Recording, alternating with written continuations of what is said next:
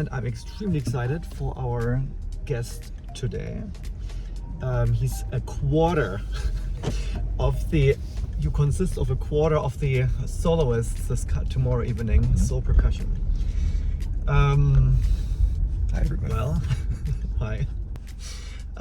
So it is pretty rare that we have a really, basically a full contemporary ensemble here. I think this never happened before. Okay. Why don't you just talk a little about, I guess, yourself, Josh Quillen? Yes.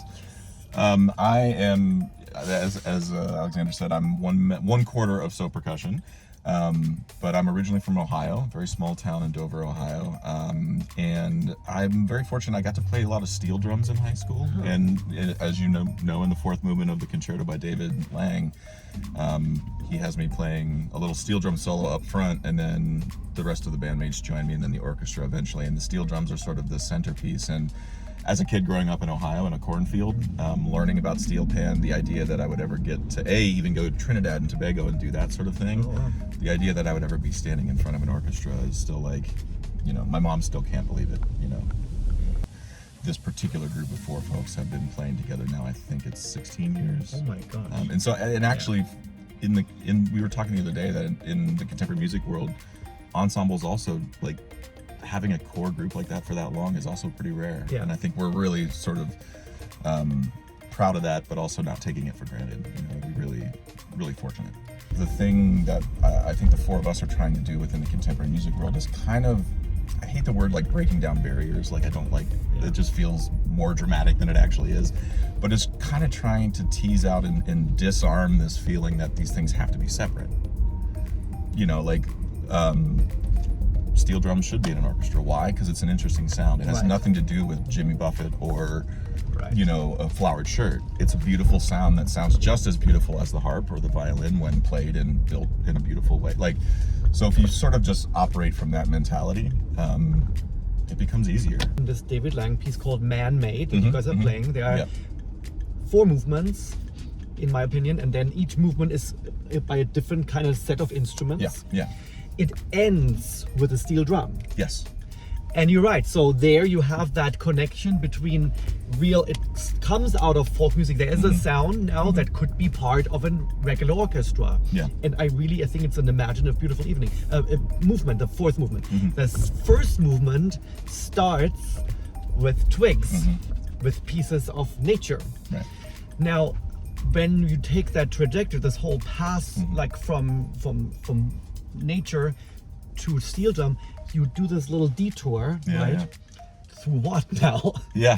Well, I think what David does so well with the concerto is that he gives you kind of like a mini musical history tour of like the way percussionists think about our art. Okay. Like, the violinists maybe have a bow that's like insured for $300,000, and like the way you talk about your instrument, the way you carry it, the case you get for it, like the humidifier you put in your case, like there's a million things that go into that, right? Well, percussionists, we are taught from day one that pretty much anything you do can be a musical sound. So a twig, like let's start with the least precious thing, the thing that everybody in the room knows exactly what we're about to do is do this. Yeah. Because everybody's done that in the woods or whatever. Yeah. The next movement is one step more nuanced than that. There's wine bottles. Everybody knows what a wine bottle is, whether you drink or not. Like, you know what that is, and you can see there's water in there. So wait, why are they put water in there? They must be changing. Oh wow, they set up a scale. Well, those pitches are pretty accurate. Yeah. Interesting. Then you move to the next thing, which is So Percussion, and a percussionist coming out of the John Cage tradition, where Lou Harrison and Harry Parch, like where you're just building things from scratch. So you've got these metal plumbing pipes or fence posts. They're literally fence posts that like you would build a fence around a baseball diamond or something with. And we saw them to different lengths to get more clear pitches that then relate to the orchestra. Yet we're playing a trash can now, but we're treating it like a drum. And then the last movement sort of is like all industry made instruments. Like the steel drums are handcrafted. The four of us cannot make a marimba. So now it's like the deepest level of nuance, where now we're playing instruments that are like violins and pianos and things that we've gone from the twig to the vibraphone or the drum in the drum set, Yeah. and sort of like he takes you on this tour of like where things have come from and where we're at now, and then sort of the world's your oyster. Like, what would be the 5th, 6th, 7th, and 8th movements of that concerto if you were to keep going down that rabbit hole of, would we end up on synthesizers? Maybe. I don't know. But, like, I think that's the sort of picture that David's trying to paint there. Or just looking ahead in the next 100 years or whatever, 50 years. Because right now you are the cutting edge. So do you see any trends? Where does it go? I mean, will we always play Beethoven? I mean, minor beating, of course, but then where does it...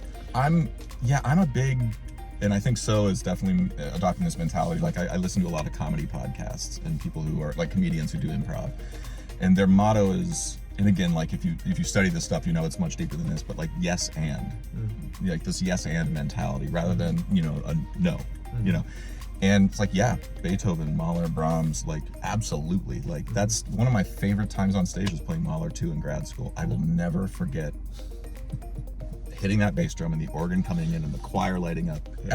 I'll take that to my grave.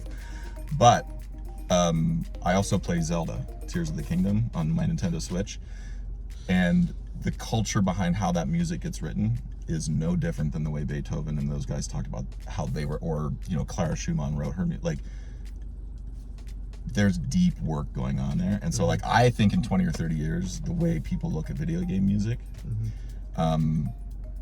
hopefully will be seen the way that now So Percussion is seen, where it's not weird anymore, or not as weird as it used to be. So anyway, I think that's, and just seeing what young folks are talking about and doing, like they're talking about video game music in a way that I just don't understand. And that is maybe proof to me that there's something interesting going on. So anyway, this has been really fun. I appreciate that. This is Thanks, lovely. Josh. Really fun. Yeah, absolutely. All right. Looking forward to the show. Okay. Bye, everybody. Bye.